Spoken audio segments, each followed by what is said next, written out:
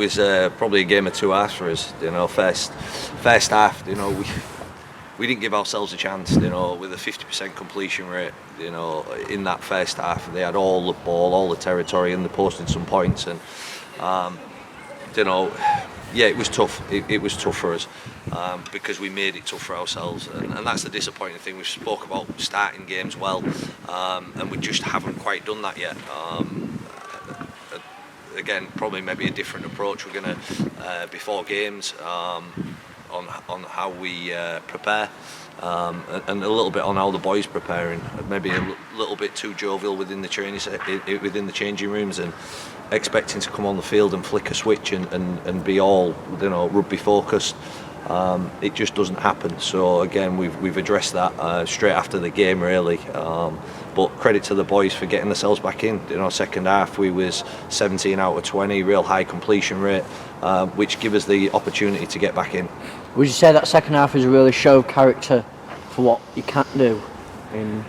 Yeah, look, we know we've got some good strike all the way across the field, so we know if we go 50-50 with the team in possession, we'll create some opportunities and some chances. And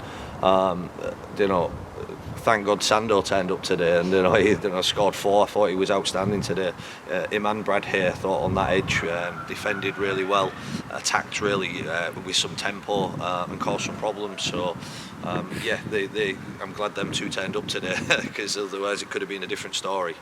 It was kind of a game where it was less expansive rugby and more just down the middle, kind of powering over that line, weren't it, really, from both sides? Yeah, a little bit. We spoke about taking their middle, that's what we wanted to do, but again, we spoke about not by doing it just one out carries, and because we had to do the amount of defending we had, the amount of defending that we had to do caused us to have no push because we was lacking on energy to help push with a ball player, so we couldn't generate any ruck tempo. So again, you just get in that cycle.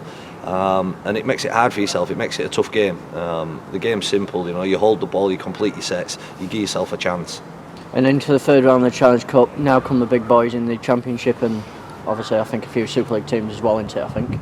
It could well be. Yeah, look, it's a challenge for us, the Cup, those lower league teams, you see it as a challenge, and the reality of getting any further than your 5th, 6th rounds is it's probably not going to happen, but you can build some sort of momentum within your performances, and again, it's games that we want to be part of.